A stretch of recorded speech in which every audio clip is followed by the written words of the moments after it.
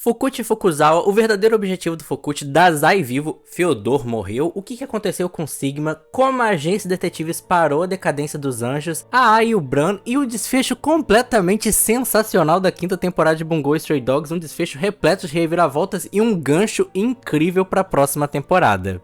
Antes de falar disso tudo, olá, meu nome é Rodrigo e sejam bem-vindos ao meu canal. Se você for novo por aqui, eu espero que esse seja o primeiro de vários encontros nossos e convido você a se inscrever, ativar o sininho e dessa forma ajudar nesse projeto. Mas caso você já seja um inscrito, você já é um sócio do canal, você é uma pessoa maravilhosa, eu espero que você saiba disso e também espero que você saiba que é sempre um prazer ter você por aqui. E o começo do episódio trouxe uma perspectiva extremamente negativa para todos os eventos, pois os vampiros continuaram lançando muitos foguetes, a guerra começando, o Akutagawa mordendo o Atsushi, o Fukuzawa acordando e assistindo toda a situação, o Bran confortando a Aya, mas só que a Aya fez um sacrifício suicida para aumentar o peso sobre a mesa e retirar a espada, ou seja, parecia que nada daria certo. E esse começo de episódio foi um começo de episódio que não deu para respirar, eram vários eventos e não vinha abertura e você ficava sufocado sobre o que iria acontecer. Começando por Mersault, que o Fyodor e os seus espiões vampiros, que são as pessoas com quem ele conseguia informações do mundo externo, foram recebidos pelo Nikolai, que entregou o antídoto a ele, afinal ele foi o vencedor do desafio. Mas o Fyodor não parecia com muita pressa para tomar esse antídoto, e ele parecia até um pouco receoso, meio lamentando assim a morte do Dazai, porque o Dazai realmente foi seu grande rival, a pessoa com quem ele fez grandes duelos mentais, e ele perdeu um inimigo formidável. O Fyodor ameaça matar o Nikolai encara isso como se fosse outro jogo, e quando o Fyodor vai sair com o helicóptero, um dos vampiros dá uma facada nele e fica uma coisa meio duvidosa, até que o Dazai aparece ali e, bem, todos ficam chocados e o Dazai explica que ele tinha muitas cartas incertas no jogo, mas conhecia uma fraqueza do Fyodor. O Fyodor não tinha aliados, ele não era capaz de confiar em coisas que ele não tinha o controle. Em contrapartida, o Dazai tinha essa capacidade porque ele foi capaz de adivinhar que o Rampo negociaria com o Bran a manipulação dos guardas vampiros e assim ele daria aquela reviravolta ali, aquele checkmate. Eu pensava que talvez pro último episódio seria legal manter a dúvida se o Dazai morreu ou não para causar um hype, trazer muita gente, muita discussão em cima da obra, mas essa reviravolta do Dazai foi muito interessante e mostrou como o Dazai realmente confia nos seus aliados, ajudou a trazer uma profundidade pro Fyodor e toda a sua sensação de solidão, seu isolamento, e teve o Shuya nisso tudo, porque o Shuya nunca foi um vampiro, o Shuya estava apenas fingindo.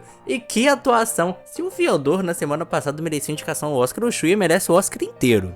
E o Shuya teve um papel fundamental porque a habilidade antigravitacional dele impediu que a bala atingisse o Dazai no último lance ali, e logo aquilo foi um grande trapaço, uma grande atuação, nada na verdade acertou ele, talvez aquele sangue fosse até falso, e foi tudo tão calculado que até o fato do Fyodor machucar a mão foi algo pensado pelo Dazai para que ele dependesse de um vampiro para assumir o controle do helicóptero, e logo com o trato do Rampo e o Bran ali em relação aos vampiros, ele teria uma forma de dar um checkmate e parar o Fyodor. E esse vampiro então é comandado por Bran para destruir Mersault com o helicóptero, e pouco antes de explodir, o Fyodor fala uma frase em aramaico como se fosse porque Deus o abandonou. Um final extremamente melancólico pro Fyodor, mas eu não acredito que ele morreu. Eu só acredito que foi o fechamento de arco dele de vilão, que a gente depois percebe que não era exatamente vilão, mas eu vou chegar lá. Eu acho que o arco dele foi fechado, o seu desenvolvimento foi bem feito, já foi cumprido, e que se ele participar no futuro, talvez seja uma participação especial ou algo assim mais como apoio do que propriamente um papel principal como ele desempenhou nesse arco. Enquanto tudo isso acontecia, o Fukuzawa ataca, mas o Fukuchi adivinha seu movimento. Ele o apunhala com a espada do tempo, mas era exatamente o que o Fukuzawa queria que ele fizesse. Ele empurra o Fukuchi para longe e usa a mesma espada do tempo para cortar o pescoço do Fukuchi e usa o One Order para parar o ataque.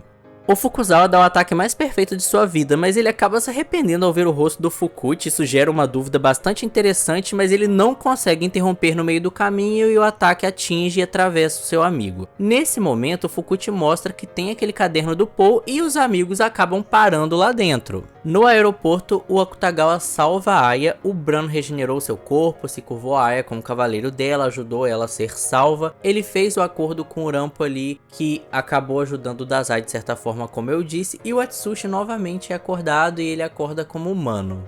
Até esse momento a gente ainda acredita que o Fukuchi é um vilão, que a decadência dos anjos realmente é uma organização maligna, porque a gente pensa, ah, beleza, o Fukuchi ele foi atingido pelo Fukuzawa porque o Fukuzawa treinou com ele muito tempo, o Urampo fez um acordo ali inteligentemente com o Brano ajudou a Aya porque a Aya é uma pessoa muito boa e ele tem uma consideração com ela, e isso obviamente ajudou o Dazai, mas não. O pulo do gato foi dentro do romance do Paul, porque o Fukuzawa e o Fukuchi voltaram às suas memórias de infância, relembraram várias coisas, e o Fukuchi acaba contando tudo o que fez e o que precisava fazer, e o Fukuzawa realmente agora entendeu o seu verdadeiro objetivo. O verdadeiro objetivo do Fukuchi sempre foi livrar o mundo da guerra. Com todos os atos que ele fez, a ONU aprovará uma alteração especial declarando que será criado um comando especial que possa substituir as forças armadas de outras nações para evitar um incidente como o que aconteceu hoje e como o que ele fez. O chefe de comando do exército da humanidade terá uma ordem, mas ele não terá o controle, o domínio do mundo.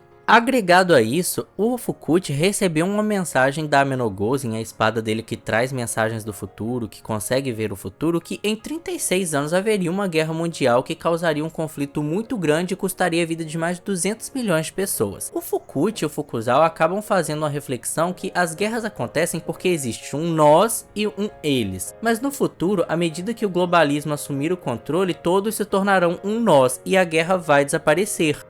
Sabendo disso tudo, o Fukuchi ele não poderia sentar e esperar, ele agiu e ele se tornou um mártir. Eu nem sei se mártir é o termo correto para a situação, mas ele basicamente se tornou o vilão que muda a estrutura da situação. E ele, que sempre se importou muito com a paz mundial, tirou a paz mundial para alcançar um objetivo maior muito além do que ele é.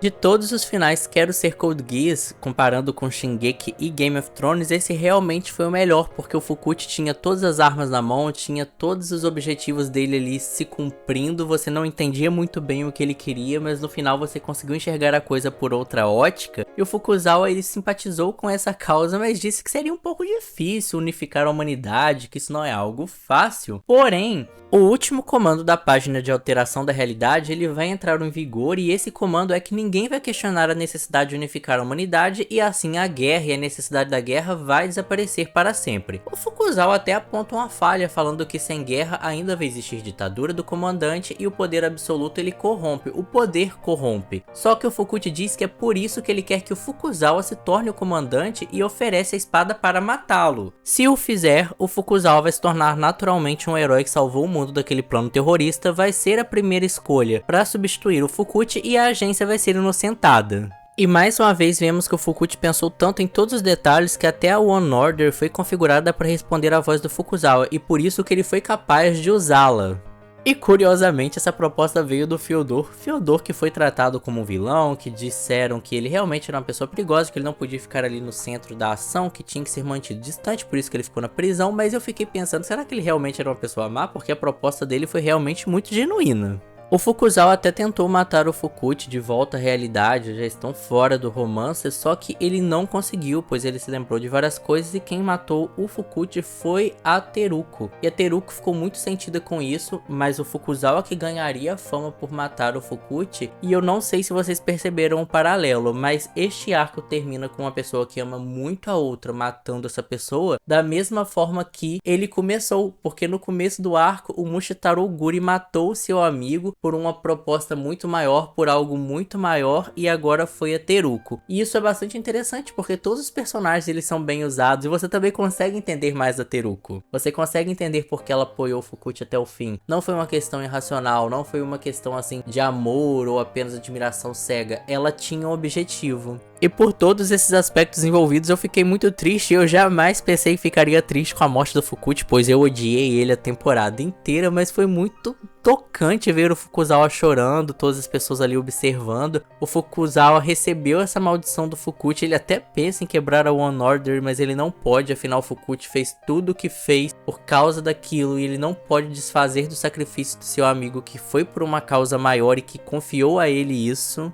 E esse poderia facilmente ter sido o final da obra Bungo Stray Dogs. Eu gostei bastante desse episódio porque ele dividiu a questão contemplativa da direção ali nas cenas do Fukuzawa com Fukuchi, que trazia um elemento mais calmo, mais sereno, mais fleumático. Teve toda a questão mais escura, mais densa do Dazai, a questão mais clara e colorida quando a Ai e o Bran apareciam. Teve toda uma divisão ali muito bem no aspecto de cores, no aspecto de direção, no aspecto de trilha sonora. O ritmo foi perfeito, a edição desse episódio é maravilhosa. Talvez esse seja o episódio que eu mais gostei da obra inteira. E ao mesmo tempo que poderia ter sido o final, o que foi aquele pós-créditos, cara? Que pós-créditos foi aquele? 2 horas depois, o aeroporto está pegando fogo, alguém joga o Atsushi e é um homem mascarado que ataca com a espada do tempo e espaço, mas o Akutagawa o impede. Ele diz que eles vão encerrar a história que o Fukuchi começou e o Atsushi pergunta se só eles dois são capazes disso. O Akutagawa pergunta se precisa de mais alguém? Não precisa, e eles acabam atacando este homem de frente. Mas quem é esse homem? O que vai acontecer? Como assim terminar a história do Fukuchi? Esse arco não acabou? E só um detalhe, porque quando eu estava assistindo, eu assisti com a minha irmã esse episódio, ela falou, nossa, é o Fukuzawa? Eu falei, ué, não é o Nikolai, não? E agora eu tô na dúvida, será que pode ser um dos dois? Será que há alguma coisa ainda revelada, deixada pro Nikolai? Quem sabe até o Sigma, porque ninguém sabe realmente o que aconteceu com o Sigma ali, se ele sobreviveu, se ele pode ter alguma coisa envolvida, enfim, são várias possibilidades. E além de deixar muitas dúvidas pra quem assiste o anime, também deixou muitas dúvidas pra quem leu o mangá, porque esse episódio foi uma antecipação do próximo capítulo do mangá, porque ele alcançou a adaptação na semana passada, e agora todo mundo fica assim, caramba, o que é aquilo? Quem que é aquele ser ali que tá lutando? Por que 2 horas depois aconteceu isso? Como assim o arco não acabou? Ou se acabou, o que realmente é o próximo vilão?